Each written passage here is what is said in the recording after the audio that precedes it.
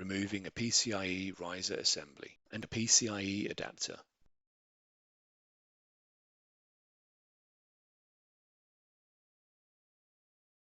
Remove the compute node from the enclosure.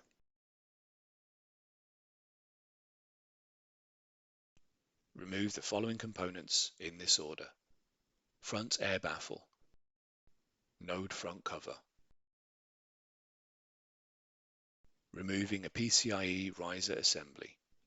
Loosen the captive screw on the PCIe riser assembly. Hold both edges of the PCIe riser assembly and lift it out of the compute node tray. Removing a PCIe adapter. Remove the screw and then hold both edges of the adapter and carefully pull it out of the PCIe riser cage.